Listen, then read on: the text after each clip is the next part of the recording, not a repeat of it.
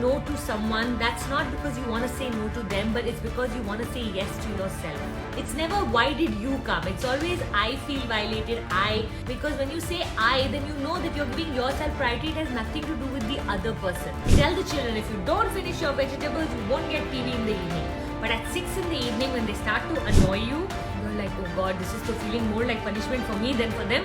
Please, go watch. Okay, doesn't matter. And if we allow them once, then they know mama doesn't mean what she says. Next time it will be almost close to impossible for you to make them eat the vegetables.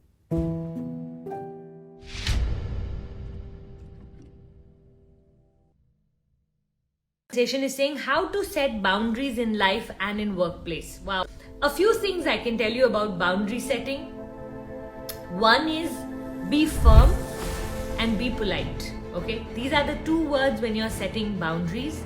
Secondly, boundaries, replace the word boundaries with self-love.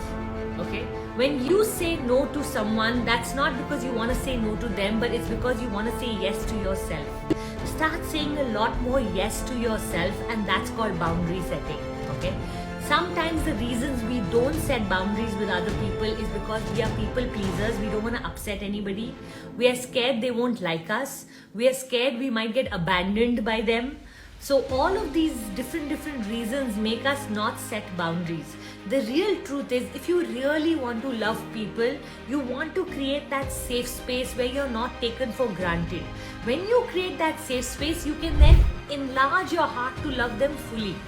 But you don't want to be taken for granted, right? So I think the best way to set boundaries is to create consequences. Okay, what do? If someone is doing something that you don't like, you communicate to them that, listen, you know what, next time when you're coming to my house, I feel very violated, so please make sure that you've informed me in advance so that my privacy doesn't get hampered.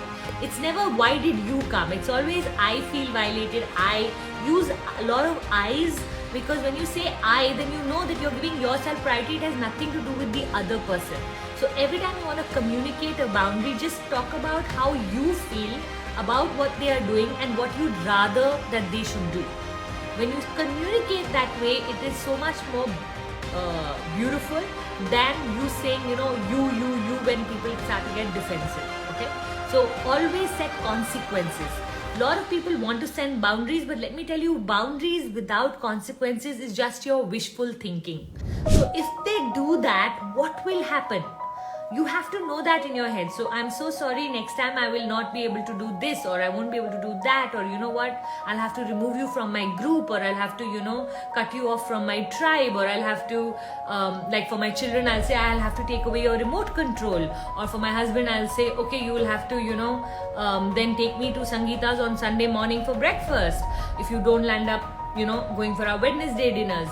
So anytime you're creating any sort of boundary, make sure you set up a consequence and make sure you follow up with the consequence. A lot of us mothers especially, one of the things we land up doing is we set boundaries but we don't follow them.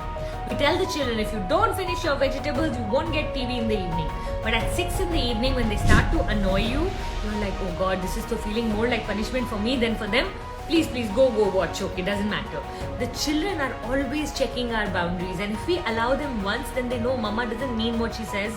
Next time it will be almost close to impossible for you to make them eat the vegetables. Okay. As far as creating boundaries in the workplace, I think it's very important to communicate right in the beginning.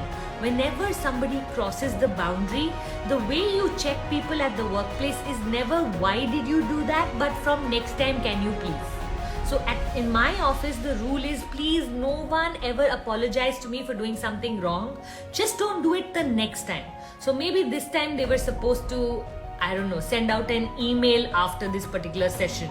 The email didn't go out, so I call them up and I go, why hasn't the email gone out? And they tell me, we did not know, or some problem in the internet, or whatever their reason is. So my thing is, don't apologize to me. Just make sure next time this doesn't happen. So how are you going to give me a guarantee that next time this will not happen? And I allow the person to explain that to me. It's never to reprimand them, it is only to train them.